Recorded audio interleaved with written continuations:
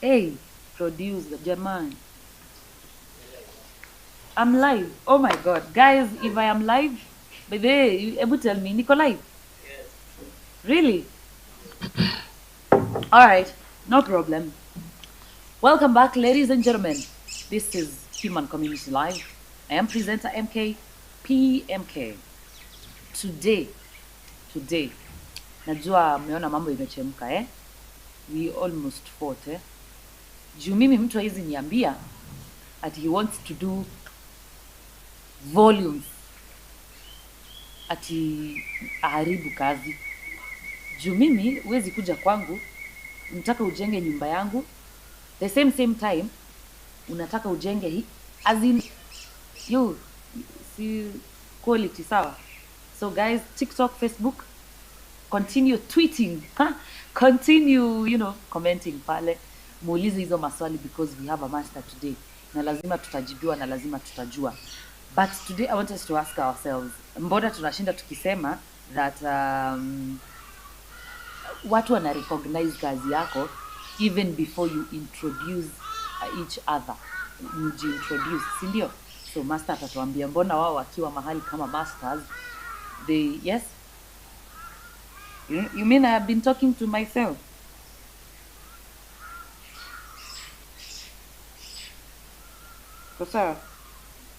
Kwa sawa.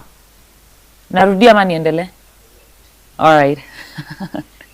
We are still good, guys. Don't worry. So, keep talking to us. 0757 539 is our number. It's our WhatsApp number. And yes, director? Huh? Okay, si mwache kuongea hapo. Like, guys, relax. Sawa. So, guys, bila kusema maneno mengi ama nini, I want us to jump into our conversation today, into our discussion today. And we are saying that on a construction site, masters recognize each other without introductions. The work speaks first. And ndio maana nawaambia quality ni muhimu, ni sawa? Juu hii work speaks first, lazima iko imekuja na quality. Alex Wainaina. Yes. Good morning. Morning to you. You're great? I am good today. I am also great. Yes. But nachemkwa. Ask me why. Why? Because Brian was here and he's insisting that he wants to do a lot of work because he's a hustler. Hatujakataa kuna hustlers. Hata mimi naelewa kuna hustlers. But quality kweli tutaachana nayo. Not in this field. Not in this field. Yes. This field will always be driven by skilled workers and quality work. The part of the quantity, we leave it out. Because it will never advance their careers or their earnings. It will never bring the new jobs, the new referrals. When people see quality work, they want to know who did it. And when they get to know who did it, you get work even when you are not presently sending proposals or going to sites. People come to you. So the quality will never be replaced. That one is for sure. Yes. Yes. But why? How are we gonna convince Brian from his hustler's point of view that we still need the quality? We will show him statistically that if you look at the people who have succeeded, because you reach a point where now you are being called. Yes. If you get to hear their stories, they will tell you it's because of the consistency on trying to do the best work that they can that has brought them this far. But those who tried to do quantity, they fall on the wayside. They either have to change careers or fall lower than the job they would have done if they had done quality work. Giving you an example, yes. You could be an electrician who was doing, very good work, all right, but you want to catch hold of several contracts at the same time. What happens after time, people realize there are mistakes that were made and they can be very costly. So you can even get to lose your license. Yes. Because, for example, I remember giving you an example of the cables that are used on people's houses. Wire see wire. Wire see wire. Right. And if people get to know that you were the one who caused the house to burn, for example, Do you think you'll ever get work as an electrician? I don't think so. So now you go to a lower standard job. Yes, you did quantity for 2-3 years, Yes. but it will catch up with you. So I would always insist on this construction sector. Let people go for quality. Let your work speak for you. Yes. Now, we are saying that you, as a master, or in a place where you are a number of masters, Yes. that you recognize each other because of your work, even without introductions. It's the work that speaks for itself. So how do you immediately recognize good work? Mahali umepatana kama masters. When all of you meet, Yeah. most of what will break the ice is everybody will have a reference on the jobs they have done before.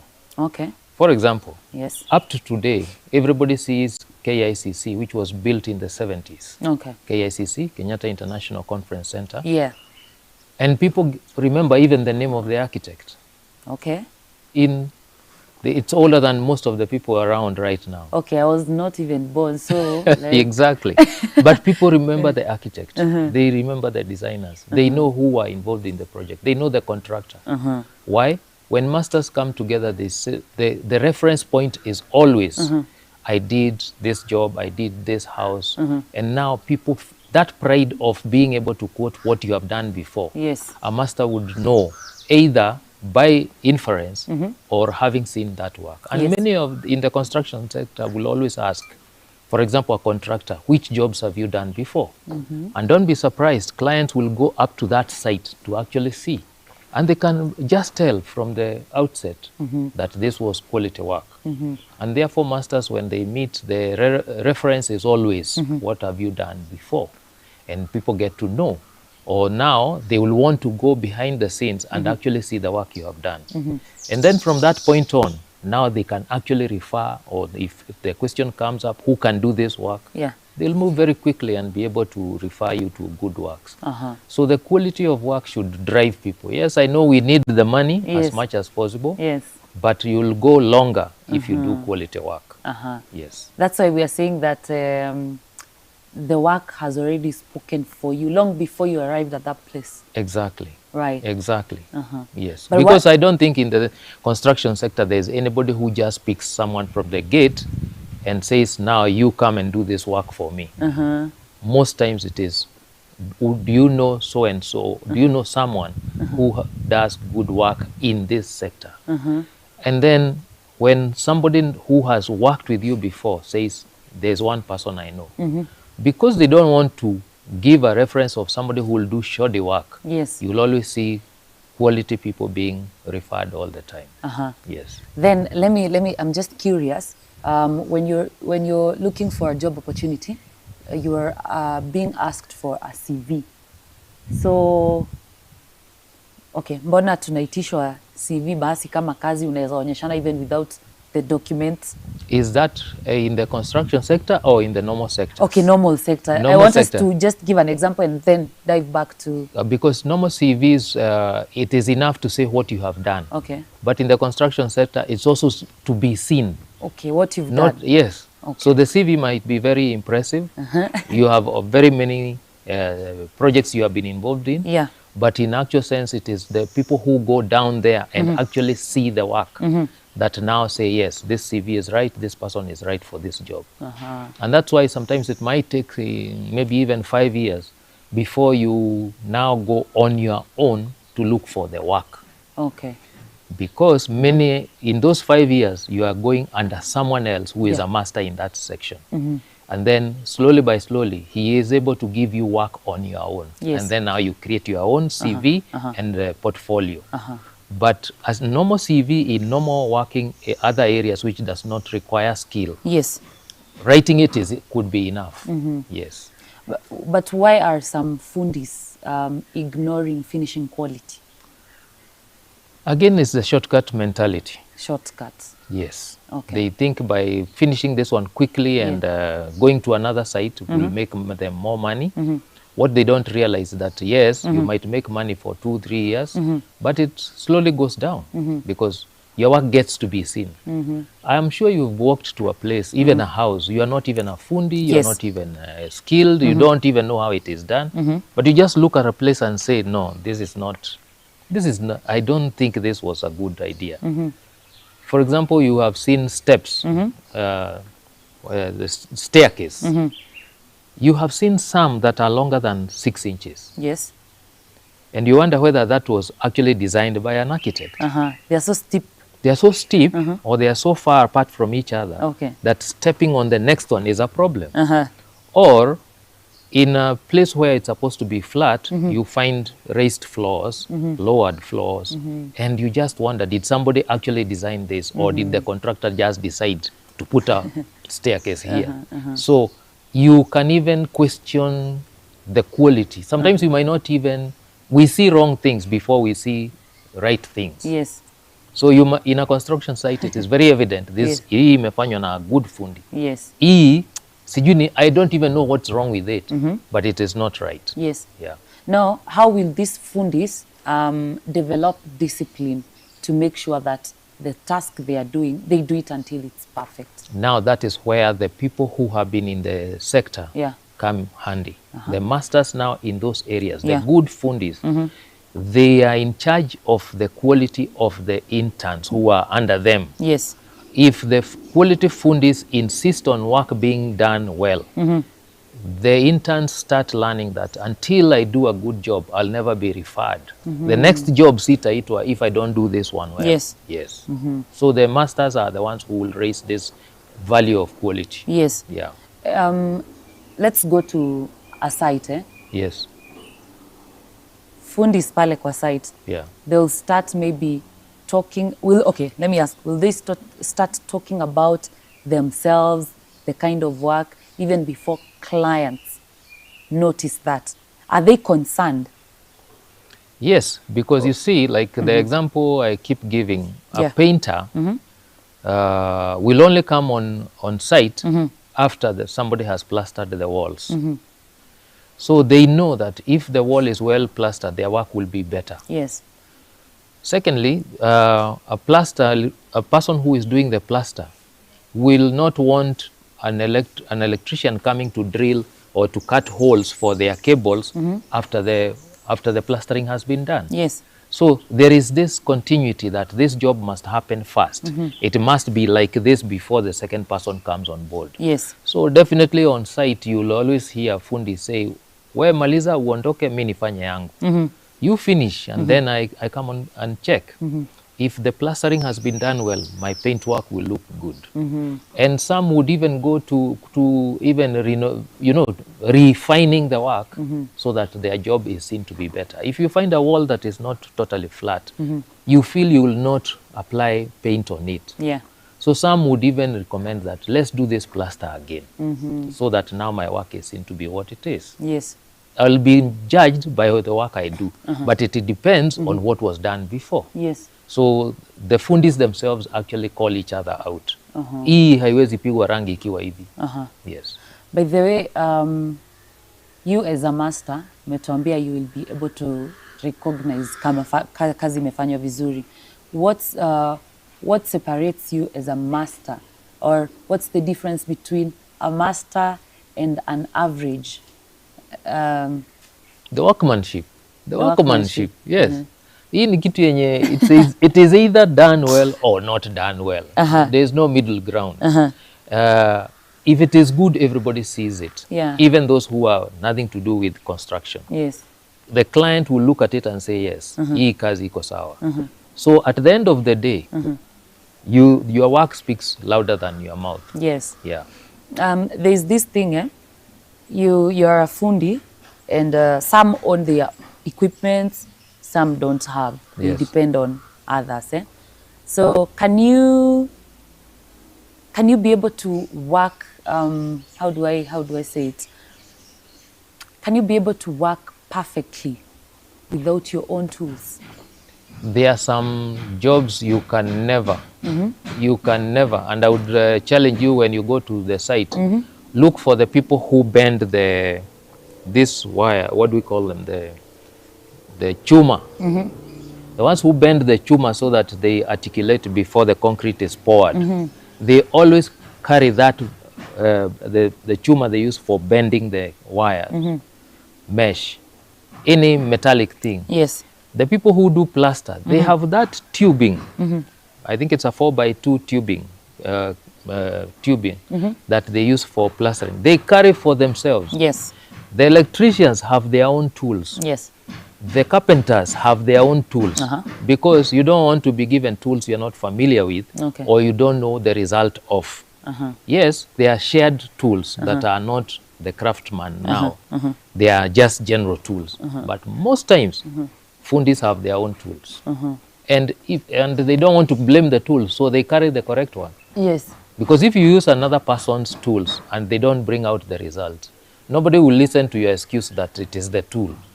It is the user of the tool. Yes. So most times fundis should have their own. Okay, it might take some time to get the best. Yes. But it is a requirement. Okay. Yeah. You know, I'm asking myself now, the fundi has gotten a job, a nice paying job, Yes. but they don't have the tools. And they don't want to work with the tools they are not familiar with. So will they now pause that work because they don't want results ambazo ziko? Good ones would actually postpone the job. Really? I am not available today. Because they know where they will get the tools, they are being used. They will postpone the job rather than do with bad tools. But the job will just be disappear. taken by someone else. No. At least that is something. When they are picking new people for a construction site, they also have timelines. But they also know that the fundi will only be as good as the tools that they carry. So if the fundi says he's not available today, then he says, I'll be there tomorrow. Yeah. They would rather wait than have another fundi come to try, because most times they have gone through the selection process. So you will always, you would rather wait a day, but get the job done with the proper tools. So most people will not lose the job because they didn't have the tools. They know where to get them. Yes. Yes. You know, I'm trying to speak from now Brian's point of view. Nataka nimuulizie hiyo swali yake, juu najua hiyo ndo anajiuliza saa hii now. Yeah. So does that mean that mpaka client itabidi aelewe huyu fundi that they will not work with? Sometimes the client might not even know why there was a delay, because again they don't want to tell them tools haziko available. Okay. But at the end of the day, the fundi knows I would rather not do the job with the wrong tools than do it hurriedly or with the wrong tools, and then the client gets to know the job was not well done. So at the end of the day, a good fundi would rather wait even that extra day. Yes. Wow, okay. So quantity will not, I don't know where Brian got that one. But anyway, it is a hustling mentality, although we have used that word wrongly many times, that you want to do as many jobs as possible. But in real sense, in our sector of construction, what will win always is what you deliver. Yes. And people can see. And this is not a job you can hide. Yes. Yeah. Oh, this is not a job you can hide. Yes, the faults will always be seen. Yes. I was actually going to ask you, why is it harder to hide a bad signature in construction? In the construction. Because it's plain, totally plain to see. Even somebody who is not an expert will just see there's something not right in this. But they might not be able to say exactly what happened or what is wrong, but they can see something is not right. Yeah. Yesterday, we had a project manager here, Lydia McKelvin, and he told us that there's alichora a certain design of a house. He wanted it to be an arc. Yes. But the fundi mwenye alikuwa anafanya hiyo kazi alienda akachora sijui kitu inakaa hivi and the fundi said that hivi ndio inanibamba, meaning hivi ndio inamfurahisha ikiwa. As a master, what would you tell someone like that? The designer has the right to how it should appear. So whoever drew and said it, I want it this way, that should be what is followed. See or what the fundi now interprets. No, and then also that means also there is a problem because supervision. By the time anajenga yenye unasema kufanya kubamba, yani kufurahisha. By the time he's doing that, yes. The person supervising should have said, no, I drew an arc. I want an arc. Because there was a reason why he drew an arc and not the one that pleases that fundi. So there was a problem in the supervisor, and also fundis should not interpret themselves. Yes. I'll give you an example. There's a hotel that was built up country, 8 floors, but it never got, it had very nice finishing, tiles, floors, whatever, fittings, very well, but it will never get more than 3 star. Yet it was built to actually aspire for 5 star. Yeah. You know why? This contractor had done Brian's kind of job. Yes. Very many. He was a contractor. So for him, there's a foreman above, and there is an architect, there are structural engineers, and so forth. Yeah.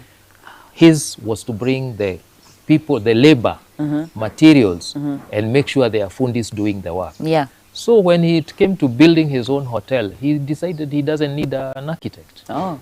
He has done more than 30, 40 projects, yes, some even belonging to government. So what does he do? He decides to build. Yes. So you would get to the bedrooms or what, I don't know, in the hotel rooms, and there's a whole pillar in between the floor. Anybody entering that room would know this was not done by an architect, because pillars are supposed to be hidden.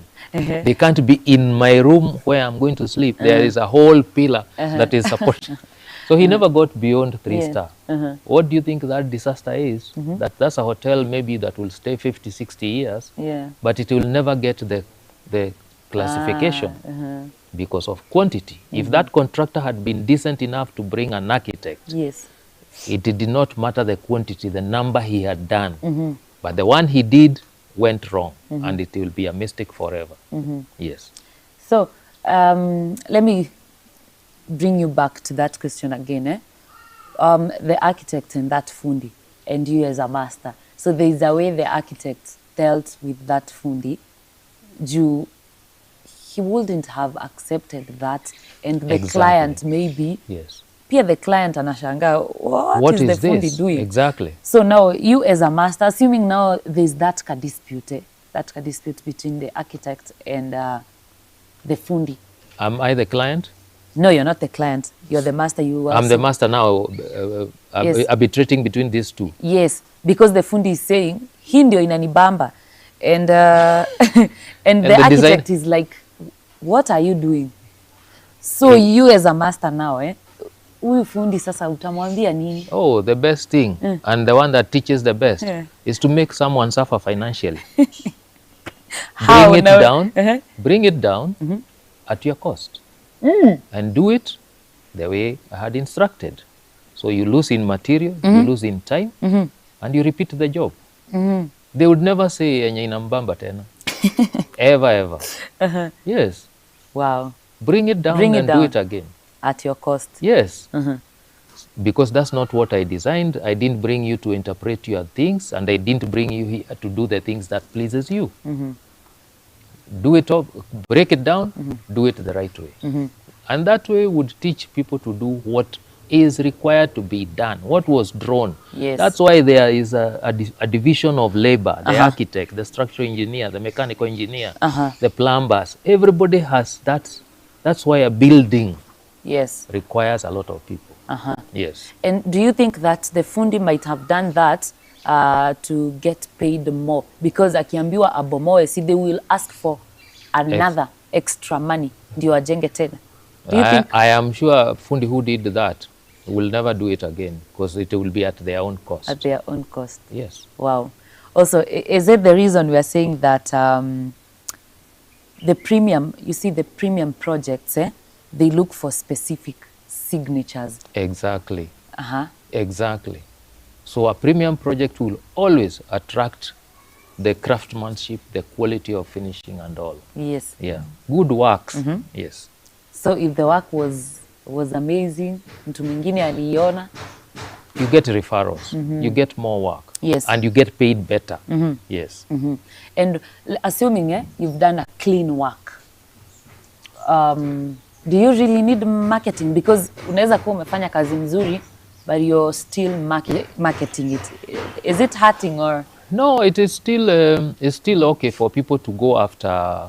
I mean, you get to know that somebody wants something done. You go and present your credentials. Yeah. And you are proud to know that if they ask, what have you done before? Yes. You can quote what you have done very well. And they can go see and now get the job. So people, yes, still require to market for themselves. But you might reach a point where you get more jobs through referrals rather than you doing the proposals, rather than you marketing. Yeah. What about when things go wrong, and you have a nice signature? People know that you do nice work, but somewhere in the way, things have gone wrong. Will the signature protect you from that? It will, to most extent. If, for example, I have a good job I did finishing, Yes. people can see the quality of work, and then something goes wrong in that site. Yes. They know at least my area was properly covered. So yes, sometimes things go wrong and you find that you cannot rectify. So it's something you have to live with. Yeah. The site did not end up well, but you did your part very well. But still the whole thing is condemned as not good enough. Yes. Wow. Okay. There are those clients that want work to be done so quickly. How will you handle time pressure as someone who is providing that service? How will you handle that time pressure and you still want to protect your signature? Luckily, in the construction sector, Yeah. I think people, even the clients, know that certain jobs require a certain time. For example, if you are told that this concrete has been set Yes. and requires 21 days for it to dry, you will no client will try to force the fundis to finish the work in 15 days. Yes. So at least there are certain standards even the client know that if it is concrete, it has to set in 21 days. So they will not try to shorten that. And if they do, you tell them, I am not going to be responsible for the result if you make me do less than the 21 days. But most clients will not want to carry that burden, so they will accept and wait for the 21 days. Where they push you is, for example, maybe plastering. Okay. And then you tell them, this plastering requires 6 days, I need 8 fundis. They tell them, then maybe the client can say, why don't you put 16? Now, if you put 16, you are lowering the quality of the work. Because there is one wall, even if you want to put 10 people, they cannot work on that wall at the same time. So clients will accept that certain jobs require certain days. If they try to force beyond a certain time, Yes. a master will say it is not possible and leave it at that, and actually say it's not possible. And the client have no choice but to wait. Yes. Or they do, and if it fails, it's on. You see, unless I doubt whether they would agree to take that, because many would be asked to sign. Serious contractors would tell you, if you are forcing me to do this, Yes. then you sign for it. And many clients will not sign. Yeah. So they will rather wait. And then masters, when you have reached that point to be called a master and people know about it, they will not try to bend the rules or force you to do something that is not in the standard way. Yes. But now I think Brian would take the job. That's what the I problem. think. He will tell us, he will come and tell us. You see, if he takes the job, Yeah. then he is totally responsible for whatever will appear at the end of it. Yes. Yeah. Let me talk to him for a little bit. No, he takes the job, Yes. and he messes it up. Yes. And he's a hustler. Yes. Now, atatoa wapi pesa ya kulipa Yeah, sasa? kulipa the cost of rectifying. Yes. Where will it come from? Or calling another group of fundis to come and renovate the same building before it's even handed over to the client. Hiyo pesa itatoka wapi? So it is more costly to do quantity. Then something goes wrong, Yes. and you have to repeat the process. You will pay by time and by the finances. Yeah. So atateseka sana. Sana. Hiyo shortcut haitamfikisha. Brian, you hear that? Shortcuts will take you Can be nowhere. very long. Yes. Unless hiyo shortcut ni unataka kuvuka kwa inyo. Kuvuka mahali kwa nini itakufikisha mahali unaenda haraka, but si kazi. Si kazi. Right. No. We take a short break here, ladies and gentlemen. I hope you are still following TikTok, YouTube, and Facebook. We are coming back. This is Keyman Community Live. I am presenter MK PMK.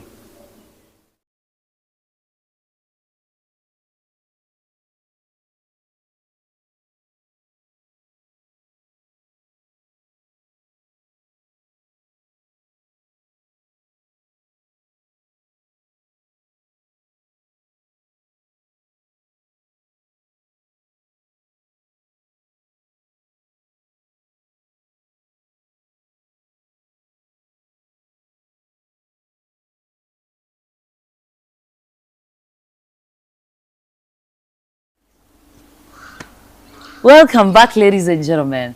My director is playing with my mind. He's playing with me, and I am not happy with that. Director, utuambie saidi yenye uko. And I think one time we will call the director here. Pia yeye atuambie his side of the story. Haiwezi kuanga kila time ako behind the scenes, and he's just laughing at our dispute here with Brian, na hatuambii side yake. But anyway, guys, welcome back to our discussion. We're having Alex Wainaina, who is a master here on the show. Anatuambia mambo ya quality, mambo ya masses, kuchukua kazi mingi, alafu nasahau mambo ya quality. You get it? Brian, I hope you're following. Yes, let's continue with our discussion. So there's a time we talked about being precise, or owning your craft, knowing the specific thing that you're good at. Is precision a technical skill, or is it something from the heart? In fact, it could be both, because it starts with the passion that you have for what you are doing. Yes, let's start with technical. How is it technical? So you have technical means that if a building or a wall or even a desk like this has to have certain, it requires to be this length, it requires to be this flat, it requires to be this height. Those are the technical details. Yes. And you learn that either under a master, someone who has done it before, or you go to college for it. Today, people can go to TVET colleges and learn these things. That is the technical bit of it. But then your passion in doing that work actually now comes from the point of where you want to have, you are passionate about it. You want, when people look at that, they want to know who did it. Yeah. And you want to be associated with it. So your technical part is important, but your passion will bring the precision. All right. Because now the passion and the technical details, when they come together, you produce what actually pleases you. Amazing. You have seen a lot of, for example, carpenters. Yes. They will even take a picture of the article they have created. Why do they do that? Because it is a thing of personal pride. That technically it's sound, and then the precision can be seen. My passion, therefore, I sleep better because I do a good job. Yes. So this is, it's something that people develop over time. And they need the basis, which is the technical one. That's why I don't recommend anybody just, today you can learn a lot of things, then go out to be an intern, then you now become a master after some years. Yes. Yes. Would someone who does a lot of things which they have not perfected any, would they care to say that they are proud, or they get proud of a certain thing? I hope you don't mean that they do different things, because to be known as a master, you have to be doing just maybe 3 good things. The others, you just do it out of occupying your time. You know, but where you want to be known for, you better do fewer things. Okay. If you are a carpenter, be a carpenter. If you are a fitter, you are a mason, be a mason. If you want to be an electrician or a plumber, be that. But you cannot be a jack of all trades. I think I remember that argument some time back. Yes. You will be a master of none. And therefore you will not be able to take pride in any of those sectors. Yes. Yeah. You know, when I'm asking you this kind of questions, you just know that I am asking because of Brian.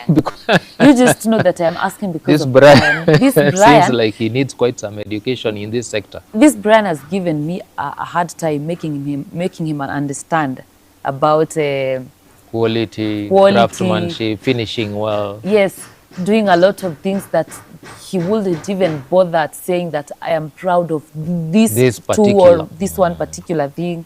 Or he is not known for Yes. example, after doing all those things, what will you be known for? When people want to call you for work, what will they call you for? If you are doing 5 different things, Utaishi kuwa mtu wa mkono.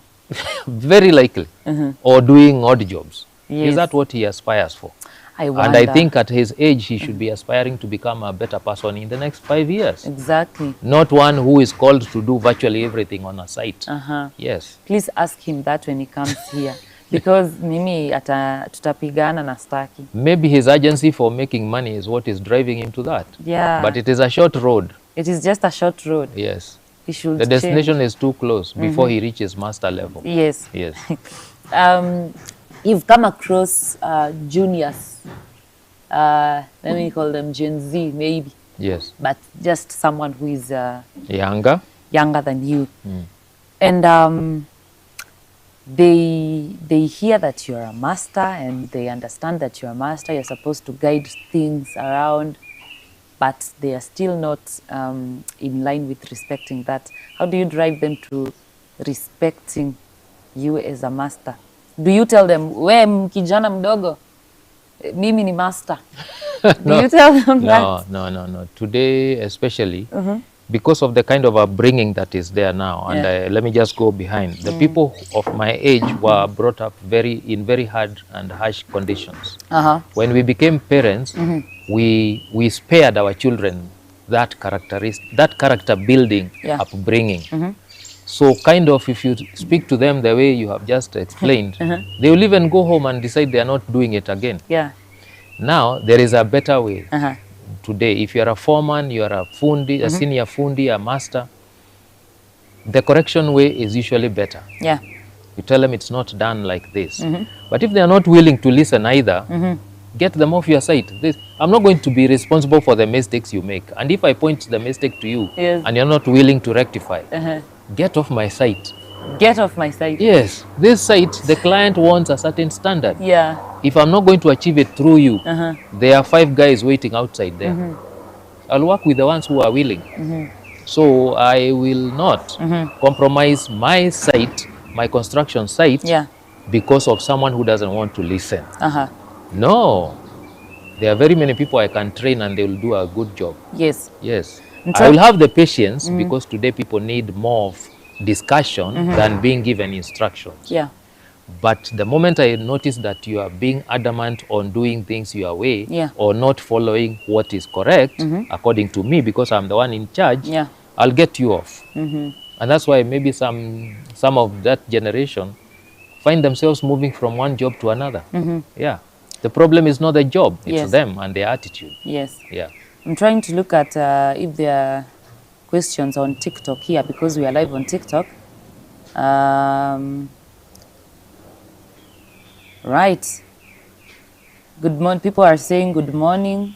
All right. I see you guys. I see Keyman address. I see Life with Wanjiko.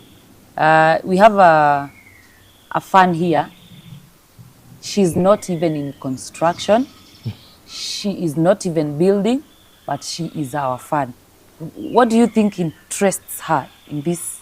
Wacha turuke kidogo kwa huyu fan because I am concerned that hey, you know, you might expect that mtu ambaye anasikiza ni mtu maybe anajenga, ana aspire kujenga ama nini.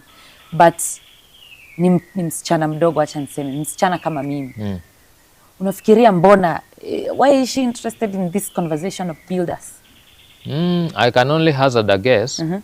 The topic you are speaking about could be put in very many sectors of life.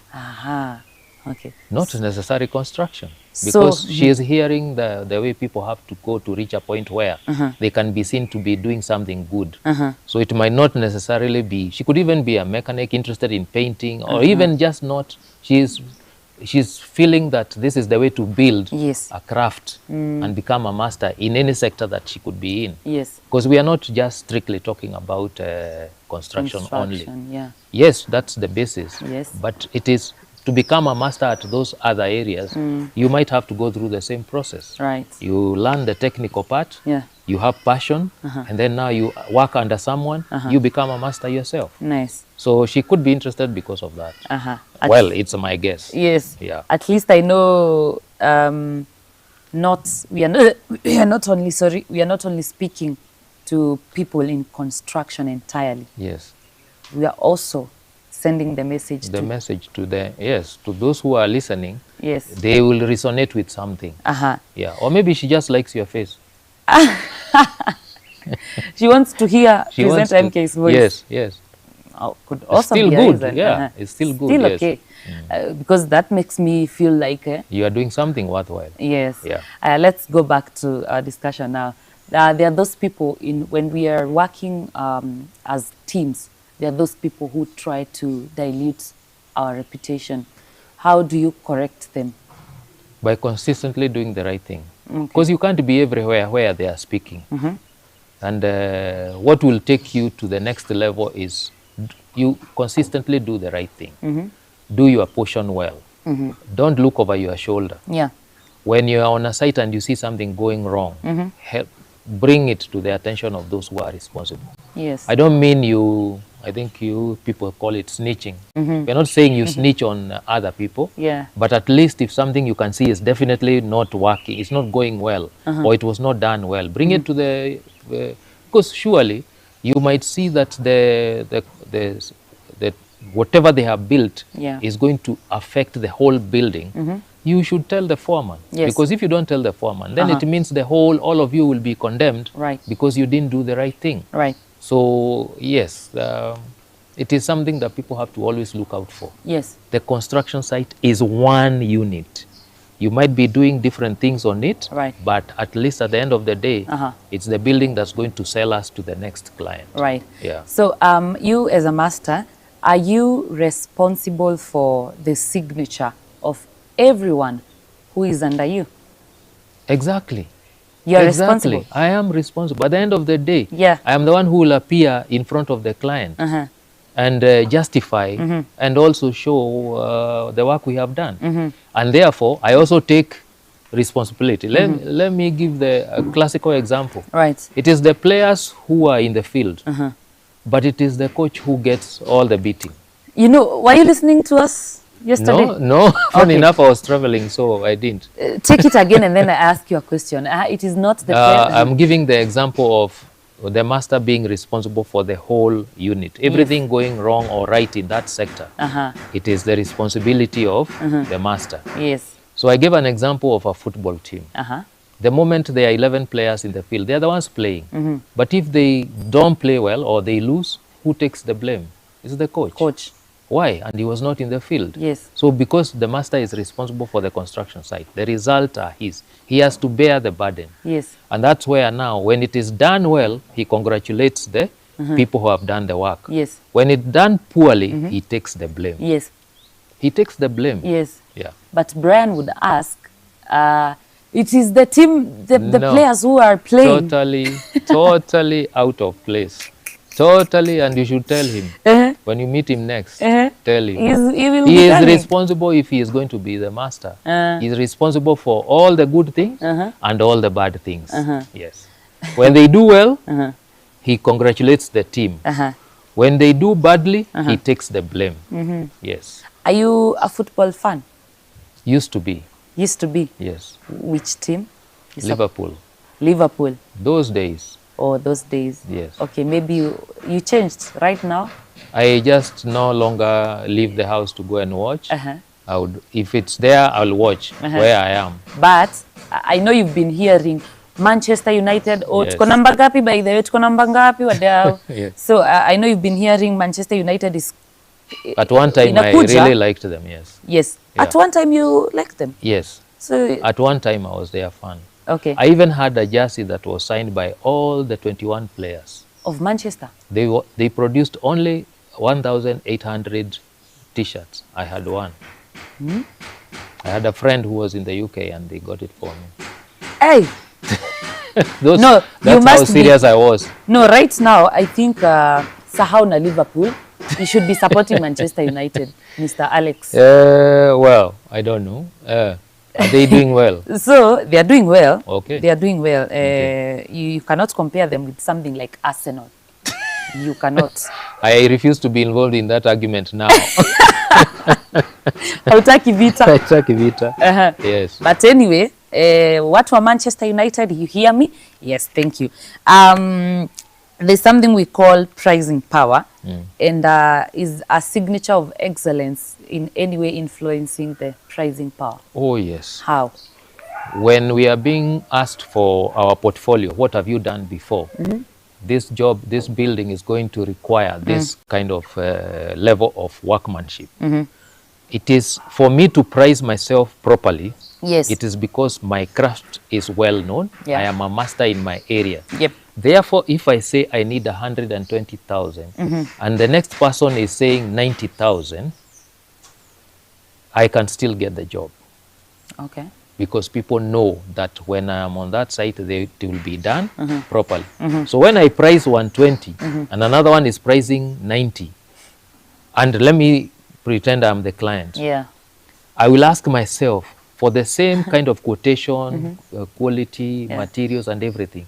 How is it that one is asking for 120 and another one 90? Do you know what I would do if I'm the client? No. I will negotiate with the guy charging 120. Okay. Yes, because there must be something he has seen. This other one maybe is even going to use substandard material, Right. so that the 90 he still makes a profit. Yes. Right. And will now will the market adjust to a master who doesn't compromise value, reputation, all that? Imagine, especially if you are negotiating with the owner of the contract. Yes. They will, the market will have to adjust to the master's demands. Yes. Because they also want to charge higher if they are the contractor. If it is the client, he wants the best for his building. Yes, they are looking at the cost, but they will also not compromise because they just want a few 30,000 in a whole building costing 16 million. What is 30,000 difference? So they would rather go for the workmanship, the master, rather than someone charging less. Yeah. So again, the question of Brian undercutting everyone because he has 5 jobs. You know, he'll say, I'll collect 90 here, 90 here, 90 here, 90 here. But somebody else will come and say, no, I just want 150 for this one. Yes. He will get more jobs. Yes. Yeah. Brian, unaweza anza kukaribia sasa. Juu sasa masaa ni yako hapa tukuchemsha. Unaona jua ikishanipata, unaona hapa. But Alex, do you stop refining your skill as a master? Is there a point that reaches unasema mi nishakuwa, let me tell you, nishakuwa mngori. Mngori means whatever that means. Mngori means umekuwa mtu mkali. Mtu mkali. Or very good at what you do. Yes. Is there a point that reaches unasema no, I'm not refining anymore? In fact, that's the point you die. Oh. Not die physically, okay. but in your area of professionalism. The moment you don't think you need to learn something else, either by seeing other people's work or improving yourself, you start dying. For example, look, even materials can force us to keep learning.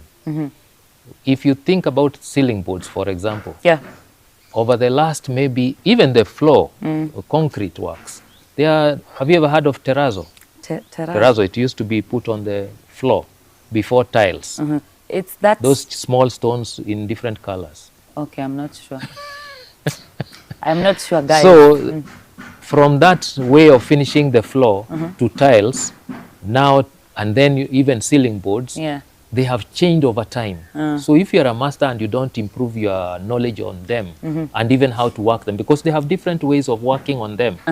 So if you don't keep improving, you will find yourself being phased out. It is you who will be phased out. So there's no point at which you can say, now I don't need to learn anything else. No, not in the construction sector. You will always learn something else because materials change, times change, science has changed. Some of the materials are no longer being used. Nobody is quoting asbestos roofs anymore. Yes. So you have to keep adjusting. Yes. Now, I want to give you an example. Gen Z, I'll explain. Don't worry. So, there's a point where a Gen Z male and female wanakatiana. Kukatiana means they are quoting. Hey, kwani hiyo ilikuwa direct translation mwenye alisema kukatiana? Yes, they are doing that okay, msichana kidogo kidogo hivi anakataa mambo ya kijana. And the man is saying, let me not use boy in a car so small. So the man is saying that this girl is hard to get. Yes. Another one might say she's cheap if they manage to get her very quickly. Yeah. So is it better now? I want us to relate it to work in construction. So is it better to be called the cheapest or hard to get? Oh, the hard to get. Hard to get. Anytime. Anytime. Anytime. You can unaweza kuja because hard to get, yes, therefore means there is something about my specification that would make the other people think twice before they approach me, in which case they know my level. Yeah. But if I am known that I'll just need 2 dates and I have her, I would hate to be known like that. Thank you. You see, yes, you are talking to many ladies. A lot of ladies who are watching, So, put your price up because you are worth it. You are the prize. Yes. What about those who ask, what are you bringing to the table? That's, I wouldn't want to answer it. I wouldn't want to answer it. I am the table. Me, I would say, I am the table. Also not bringing on the table. Yes, so I am the it's the story of if you are not on the table, you are in the menu. Anyway, different aspects of the same thing. Brian. How are you? This is a Brian. Yes. He would rather do quantity work. Let me give you the microphone. Juu hapa naona kunaenda kuchemka. Let me just take the microphone. Leo mmeniingilia sana. I'm not sure why mmeniingia na hiyo direction. Yes. I'd rather take volumes. Yes. Than one job. Simply because number one, mimi nalilia ule mwenye ako huko chini. Yes. The example was given here. Mama mboga wengi wanauza yao 20 bob, kuna mmoja anauza 5 bob. Anauza mob. Yes. Si ndio? Yeah. Of course atatengeneza pesa mingi kwa shinda because watu watashindwa mbona wale wanauza expensive na wale wanauza cheap hapa? They will come to buy from me. So I'd rather go for that than kuenda huko juu. So you see the client, therefore you say atauza, that mama who is selling 5 will sell more. Yes.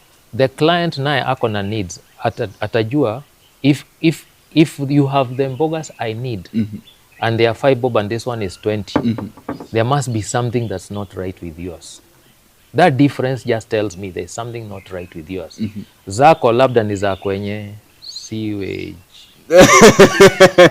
No. So anyway, there's a good example. Yes. Because when I go to the market, I have a certain standard I want to buy. Yes. I want good spinach. Therefore, I'll come to the market. Yako ni 5, yako ni 20. I will know there must be something that is not right with this one of 5 bob. If the quantity is the same and you tell me this is 5, this is 20, I would rather negotiate with the one of 20 because there must be a reason why they are 20. Yes. There must be, labda hizi hata ni za kuibiwa. Ama inaweza kuwa hiyo ya 5 imefungwa 2. Yeah, but I'm saying even if they are just 5, 5, 5, 5, 5, 5, 5, but this is 5, this is 20.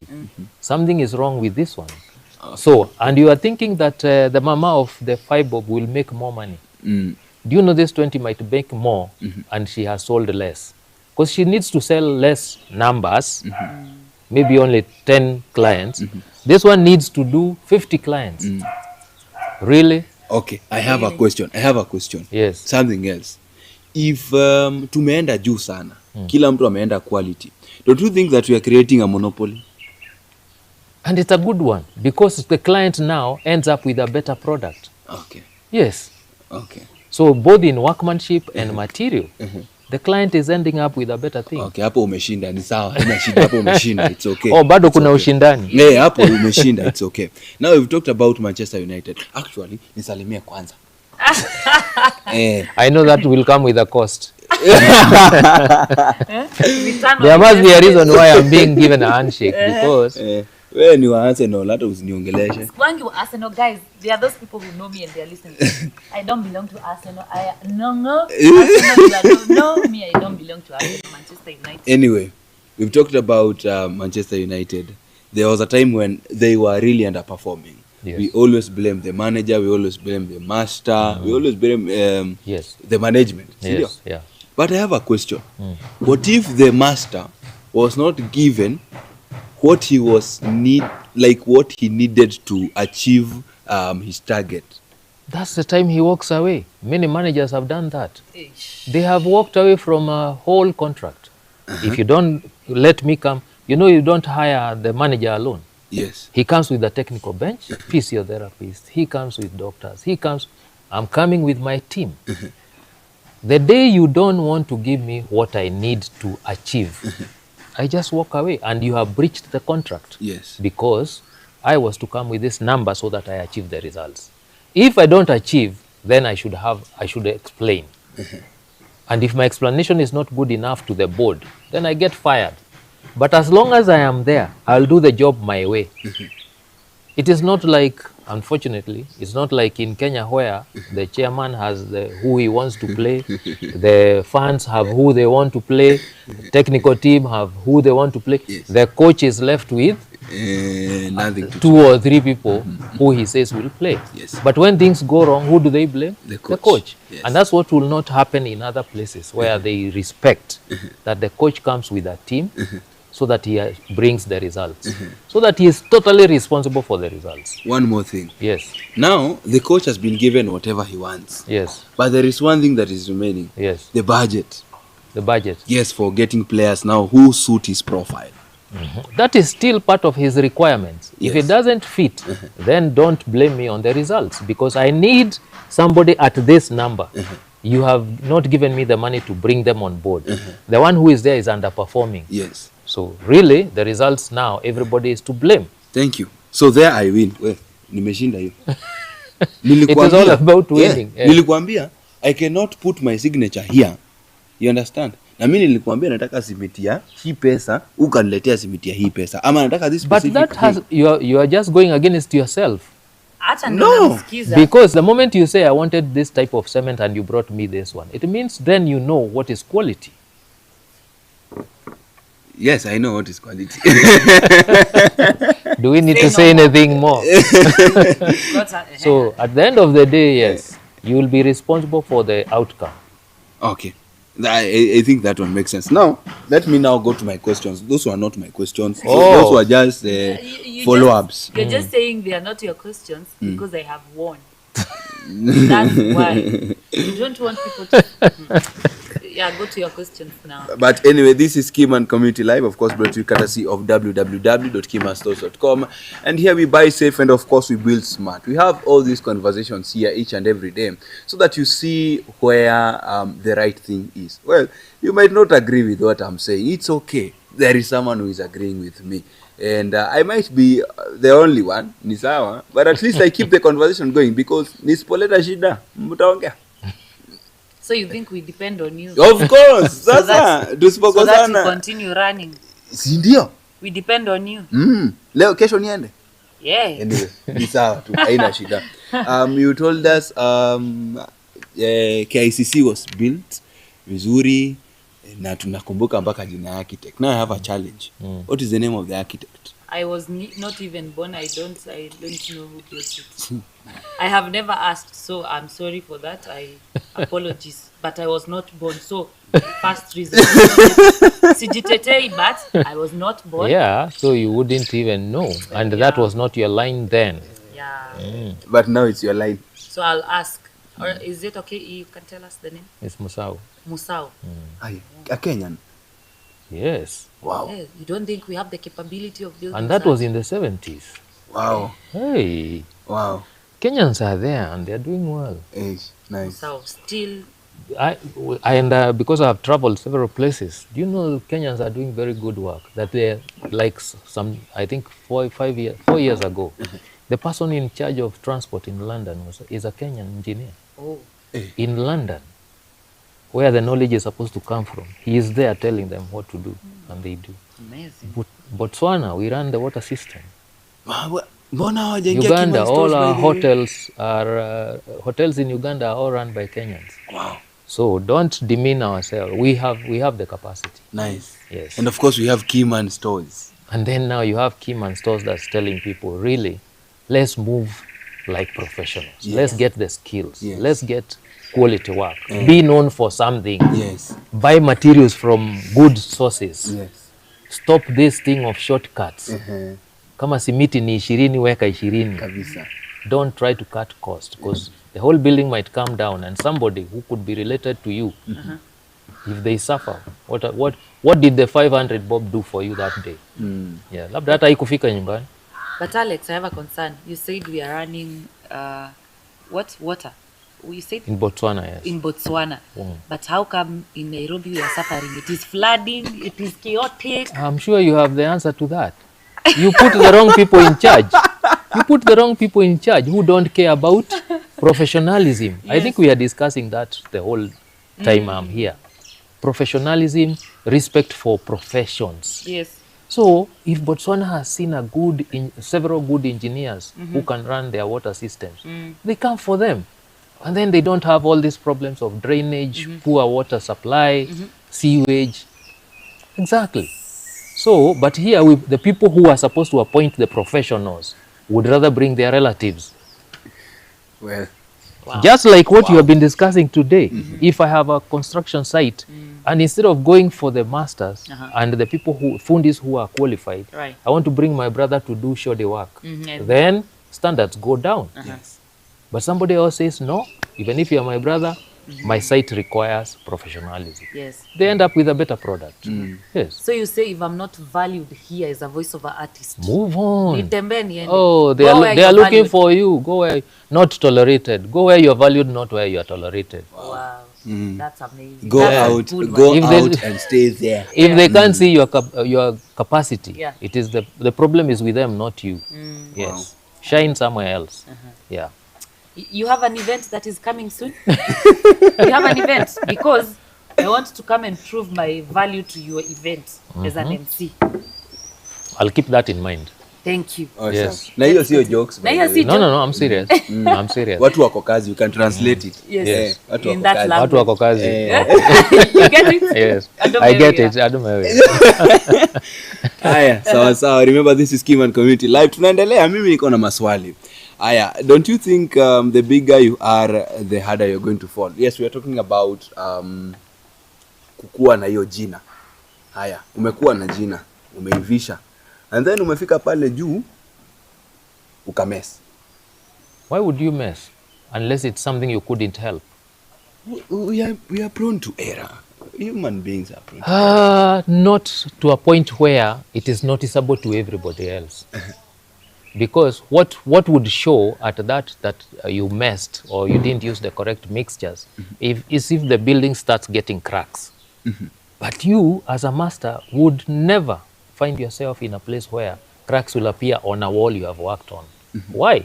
You have the right cement, the right chuma, the right fundis. Why would you have a wall that has cracks? Lakini kuna siku tu. There are some things, yes, that can happen. And therefore, you say it was still the best building even if something happened. But if it collapses after just 6 months, 3 years, there is something that was not done right. Yes. Yeah. And that could mean that they were me in that case. That, yes, that you cut shortcuts somewhere. Or you could actually be the Brian who had 5 jobs at the same time, so he never supervised the work. Nice. So the people left behind on site used wrong materials because you are away at another site. Yes. Yeah. I think you have the first question for tomorrow, as Keyman 001 will be here. The first question will be, can someone have several contracts at the same time on Keyman stores? I think that will be important so that we understand if it is possible to have the hustler mentality on the Keyman stores. Okay. But I will always speak for the hustlers. I will always be there for the hustlers. I'll not leave you. Hata wakiniambia, I'll not leave you. That's why it is a discussion usually, not a lecture. Yes. So that now people see the different aspects Yes. and perspectives. Yes. Yes. Yeah. Ask that question very well, yeah. But you see, hii inasemagwa aje? The wengi wape inakuwa gaje? Director saidia. Nimesahau. Wengi wape? Watu wengi they have their say. Yes. But sisi have our way. Yes. Because we know what we want to achieve. Yes. But they can say as much as they wish. Yes. But we know, especially now what Keyman is doing is trying to establish standards in the market. Yes. Then definitely let them say what they want, but we know the way it should go. Yeah, so that's what I say. Yeah. You say what you want and then finally, yes, I will agree. It is the right thing that will win. Exactly. And then last but not least is now this is now to the client. I have I want to make a B&B somewhere. Yeah. Well, si ati ni kitu yenye nitaenda kuishi huko. Yeah. But I want to build. Yeah. Ama kama si kujenga ni kukomboa. I need a bed, just a good bed ile tu yenye ni ya biashara. Yes. Si mimi naenda kulalia. Yes. You understand? I've gone to fundi wake wa mbao. Yeah. Ameniambia for me to get that bed. Yes. Ama this type of table, this simple table, I will need 50,000 Yes. to get it. You understand? Why should I invest 50,000 kwa table yenye naenda kwa biashara na najua itavunjwa? At the same time, I can get it at around 10-20,000. Yes.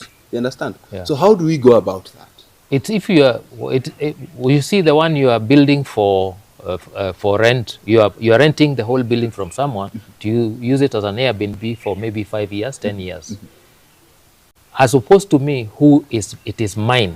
I want it to be there for 20 years. So that can drive me to make the decision very well. This one will serve me for the 5 years. Yes. So I don't need to invest in the one for Yes. for 50,000.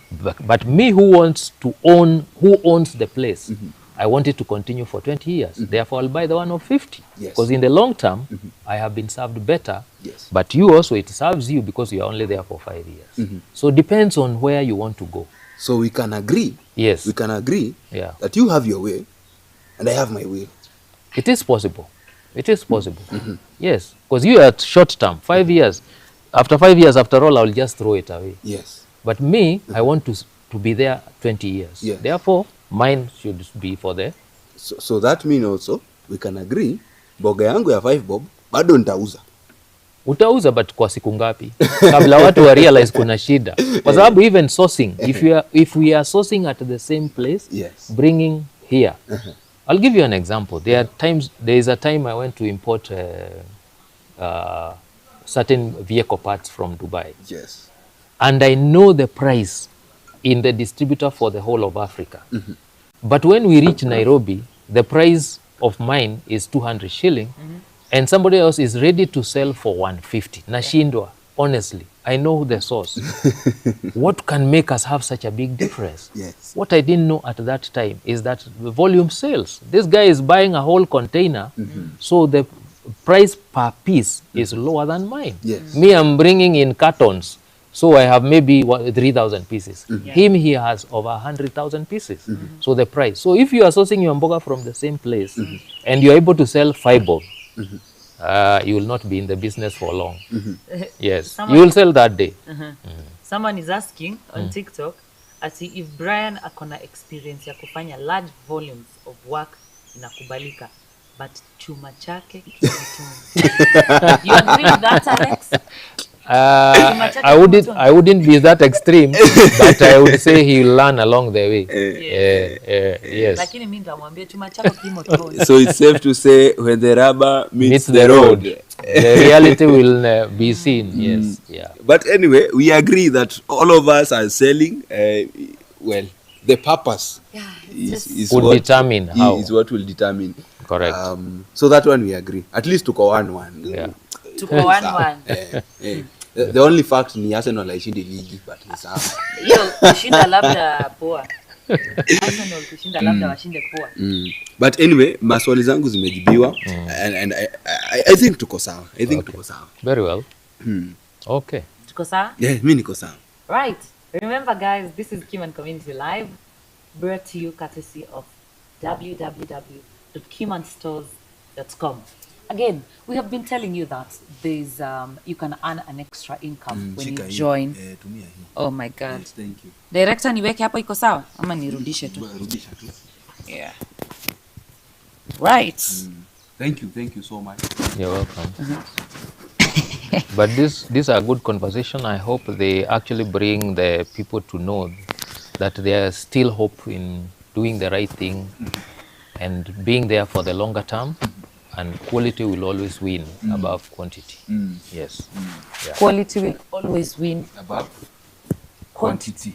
Ni sawa, sikatai. Quality will always win above quantity. You will have your say, I will have my way. Yeah, like me, I want something that will last for 50 years and be ukombele. But here you want to keep on renewing. Is this a contract? No, yangu ni ya biashara, yako ni ya kuishi. Si tumeagree. So na hiyo biashara uone kama unatumia pesa mingi yaki. Uone kama unatumia jana mkaniambia na reason kama mtu wa mkono. It's okay. Leo ni hustler. It's still fine. It's still fine. But at least we can agree that Keyman Stores brings us together, and of course Keyman Community Live iko na kila mtu. So we must be able to communicate kwa ule mwenye ako na pesa na mwenye hana pesa, because at the end of the day you will agree with me that sometimes quality is a luxury. True of us. Sometimes quality is a luxury. Yes. Yes, sometimes. I think I go with the word sometimes. Sometimes. Because most times quality is what should be. Understand sometimes without the word sometimes. Without the word sometimes, that statement would not be correct. Okay. Quality. Anyway. Kumechemka. Okay. You are right sometimes. But most times, quality and luxury is the same. Because if I have a good glass, every time I see it, I feel good. But if I just went and bought one to serve that particular, kama umenunua plastic cup. Yes. So after a few uses, I just feel like throwing it away. See, I would rather just have bought once and be pleased. Na utatumia Now, pesa mingi. construction is something that you don't do every day. That building, you do it once, it has to stay there for a long time. So you don't want to compromise there. Yeah. So it's safe to say zile vikombe zinakuwa zimewekwa kwa Ati za wageni. za Tumia wageni. kila siku. By the way, why? Okay. That is old African school. homes. Our days. Yeah. Ati you have for visitors. Yes. Hey, if you buy such, use them every day. How long do you know you are around? Yeah. Yeah. What was the reasoning behind that? Like, why would you? Well, keep- they want to see it. It used to be comparison. You know, kwa kina nani masahani ni mzuri, so those ones are kept aside. But for the hii yenye mnaweza vunja, you use plastic, melamine. Anyway, I'm not saying anything. Yani me I spend money buying those ones and then Only I wait for use the for- visitor to yes. come and use. No. Nowadays, you will not find me doing that. So unasema hiyo ni hustler mentality. It is kitu kama hiyo. Huyo ni wewe mwenye unataka ati To be seen to have, but you're Yeah. not using. yes. So guys, Very well. before we tumalize, I think we can director tumalize tukiendanga, si ndio? We have 5 minutes to finish. All right. Let me remind people about earning an extra income, si ndio? Yes. Yeah. So, I've been telling you that you can earn an extra income when you join Keyman Stores.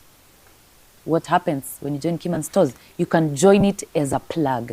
A plug is someone who shows people where things are. Where an example of a soko where nyanyas are, where kitungus are, where nguo ziko. And in this case, plug kwa Keyman Stores anakusaidia ku onboard, kukusaidia kutengeneza contracts that will enable you to trade with other people. Alafu nini ingine? Pia anakusaidia kutafuta deals. Anaweza actually kuletea a deal if you have a digital store. So, let's take an example of Brian. Brian is a plug. Brian goes to Kamakis and convinces a hardware to join Keyman Stores. And that hardware verifies using 750 shillings. Sawa? So Brian ata earn 350 shillings. an easy way of earning that money. Sijika tunapatana, you just go to the hardware, bora ni mtu wako kwa construction and they have a digital store on Keyman stores.